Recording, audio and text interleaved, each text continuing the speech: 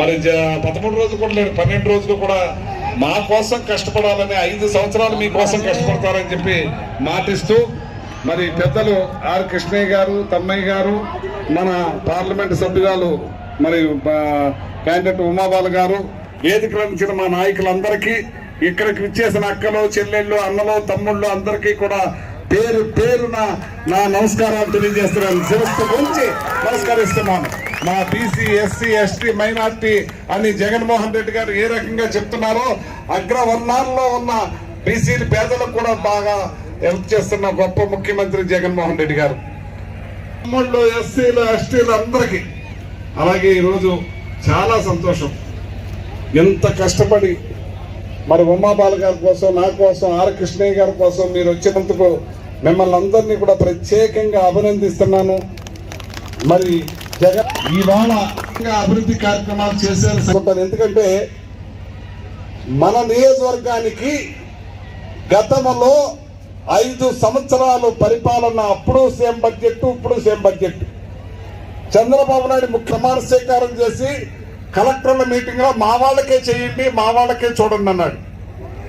అదే జగన్మోహన్ రెడ్డి గారు చిన్న వయసులో తొలిసారిగా ముఖ్యమంత్రి అయి ప్రమాణ స్వీకారం చేసి పార్టీలు చూడొద్దు, ప్రాంతాలు చూడొద్దు, కులాలు చూడొద్దు, మతాలు చూడొద్దు, నాకు ఓటేసిన వాళ్ళకి, ఈయన వాళ్ళకి నేను ముఖ్యమంత్రిని, అర్హత ఉన్న అందరికీ చేయాలని చెప్పిన మనసున్న ముఖ్యమంత్రి జగన్మోహన్ రెడ్డి గారు.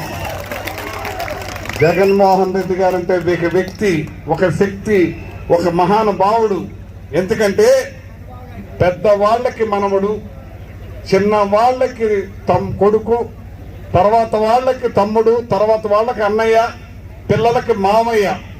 ఈ కుటుంబంలో అలా పెనవేసుకుపోయిన ఒకే ఒక్కడు జగన్మోహన్ రెడ్డి గారు అని చెప్పి సందర్భంగా తెలియజేస్తున్నాను.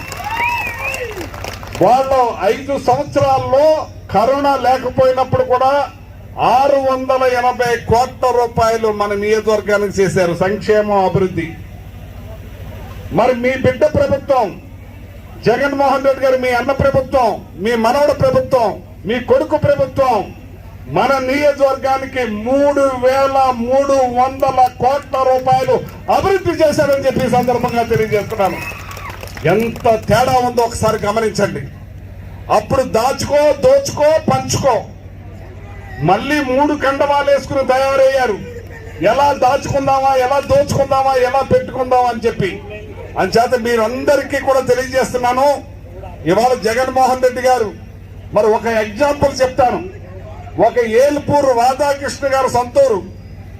ఆయన ఎమ్మెల్యేగా ఉన్నప్పుడు ఆ ఊరికి చేసుకున్నది 30 కోట్ల 16 లక్షలు. మన 5 సంవత్సరాల్లో మనం చేసింది 158 కోట్ల రూపాయలు ఏల్పూరు చేశామని చెప్పి తెలియజేస్తున్నాను. అదే అత్తిలి గ్రామానికి అతను చేసింది 16 కోట్ల 16 లక్షలు.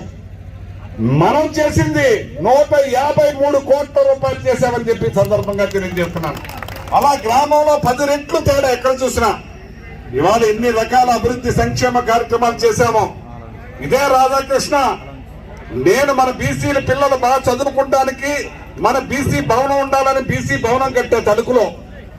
దానికి మన బీసీలందరినీ, తెలుగుదేశం వాళ్ళందరినీ కూడా పిలిచా. ఆల్ బీసీ నాయకులు పిలిచి దాని పేరు సెలెక్ట్ చేయండి అన్నాను. అప్పుడు ఏం చేశారో తెలుసా? జ్యోతిరావు పూలే గారు పేరు పెట్టారు. జ్యోతిరావు పూలే భవనం అని. తెలుగుదేశం గవర్నమెంట్ వచ్చిన తర్వాత అది ఎన్టీ రామారావు భవనంగా మార్చారని చెప్పి సందర్భంగా మీకు తెలియజేస్తున్నాను. మన బీసీ ఓటుతో చెప్పించి మళ్ళీ నేను వచ్చిన తర్వాత దాన్ని జ్యోతిరావు పూలే గారు భవనంగానే మార్చారని చెప్పి సందర్భంగా తెలియజేస్తున్నాను. మీకు దమ్ము ధైర్యం ఉంటే ఇంకో బిల్డింగ్ కట్టి ఎన్టీ రామారావు పేరు పెట్టుకోవాలి. జ్యోతిరావు పూలే గారు అంటే ఎప్పుడు మహానుభావుడు ఆయన పెట్టిన దాన్ని ఇబ్బంది పెడతారా మీరు? ఇలాంటి అన్ని కూడా చేశారు. ఒక ఎస్ఐ, చెట్టుపల్లికి సంబంధించిన ఎస్ఐని మరి ఇవాళ కింద కూర్చోబెట్టిన ఈ రాధాకృష్ణ గురించి బీసీ నేనా అని అడుగుతున్నాను. నేను నా మీద బురద జిమ్ముతారు, నన్ను అల్లరి చేస్తాడు. ఇలాంటి కార్యక్రమాలు చేసే మనిషి మనకు కావాలా అని అడుగుతున్నాను. ఒక కాపులో అమ్మాయిని గుమ్ముల మీద చేసుకుని తోసుకుని వెళ్ళిపోయాడు. ఇలాంటి బురద జిమ్మే కార్యక్రమాలు ఎన్నో చేస్తా ఉన్నాడు. ఇంకా నా మీద రోజు కుట్రలు చేస్తానే వాళ్ళ భార్య, ఆయన మంచి టీవీ యాక్టర్ లాగా రోజుకోటి వదులుతా ఉన్నారు. ఇంకేమంటారు అసలు? ఇవాళ మీరందరికీ కూడా తెలియజేస్తున్నాను, ఇవాళ కారుమూరి ఒక్కడే, అన్నలైనా తమ్ముళ్ళైనా బంధువులైనా చుట్టాలైనా మీరే. ఇప్పుడు అక్కడ ఇక్కడ బుర్ర వీటెక్కిపోతుంది.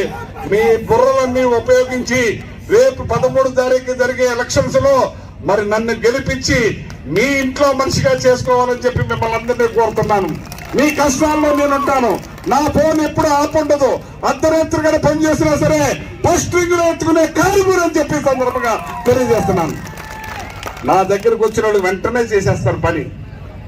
ఆ ఫోన్ చేసే క్రమంలో అవతల వ్యక్తి 4-5 సార్లు చెప్పి చేయకపోతే ఆ అధికారం మీద కోప్పడితే కారుమూరి కోప్పడిపోతున్నాడు అంటారు. ఈ ఎల్లరు ఎక్కువ చేస్తా ఉన్నారు. నాకు కోపం అన్నది లేదు. మొన్న జగన్మోహన్ రెడ్డి గారు చెప్పారు కదా, మనిషి గంభీరంగా కనపడతారు, మనసు ఎన్నపోసని. ఇంకా తక్కువే. నేను మీ అందరి కోసమే ఉన్నాను.